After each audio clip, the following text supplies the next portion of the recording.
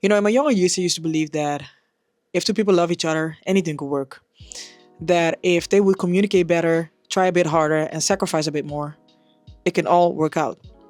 But the older I get and the more experiences I've had, I realize that that is all bullshit.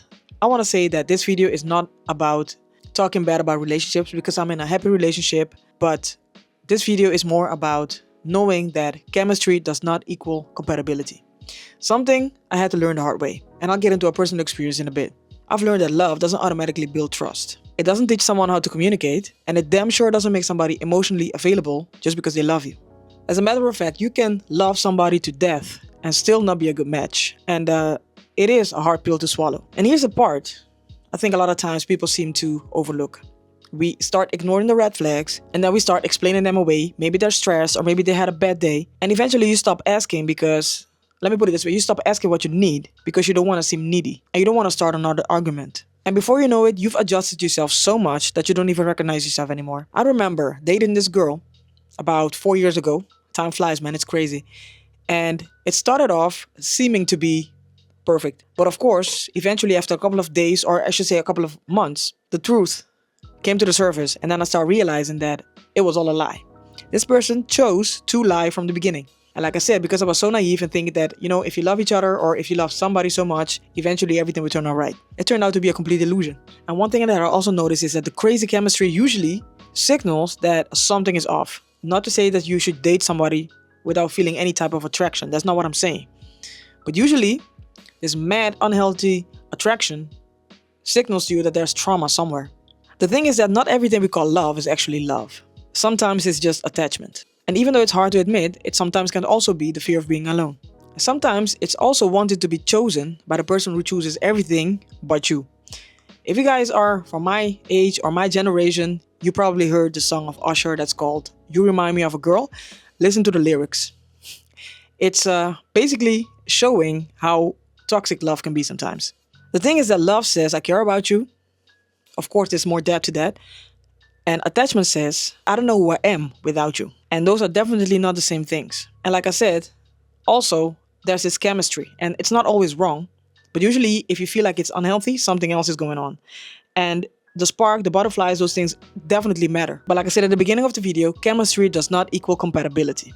You need to focus on, can you solve problems together? Do your dreams align? I don't mean to say that it should be completely 100% aligned. But if somebody wants to live on a farm and you want to live in a city and you hate animals, for example, there's a huge chance that's not going to work. And those are just the simple things. But more like when it comes to religion also, or maybe finances, if you do not align, eventually it's not going to work out. Without compatibility, you can't build a life together. So that's why chemistry does not equal compatibility. So one of the hardest things I had to learn in this life is that sometimes the love is real, either from both sides or just one side, but it's still not enough. Not always.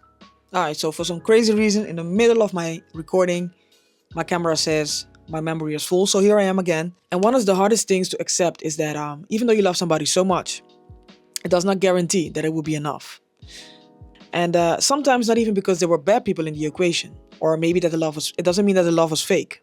The thing is that love by itself cannot carry respect. Also, it cannot carry honesty, neither mutual effort. Sometimes it's just not enough. You need to be able to build on somebody in hard times. Anybody can be present when things are going perfectly right. But the people who are there when times are rough, those are your real people. And it also counts for friendships. So if I could sit across my younger self right now, I would say to her, do not ignore what you already know just because you love someone. Your gut knows, your spirit knows before your mind and your heart want to accept it. Also, do not lose yourself for heaven's sake just because you love somebody. You need to love yourself first. Also, do not accept attachment as love, but love deeply, sincerely, from the bottom of your heart. Love with everything you have. And for damn certain, take that risk, but don't ever abandon yourself. As long as you're in a situation with somebody and you feel like you can't be your 100% yourself, it is time to leave. Because by staying, you're missing out on all the opportunities to have people in your life who actually appreciate you. And last but not least, the right relationship would not require you to be a lesser version of who you are. Anyway, that's the video for today. I hope you found value. If so, like, share, subscribe, comment in the comment section. Did this video help you? If so, I'd like to hear it. Thank you for your time. And as usual, I'll see you in the next one. Bye.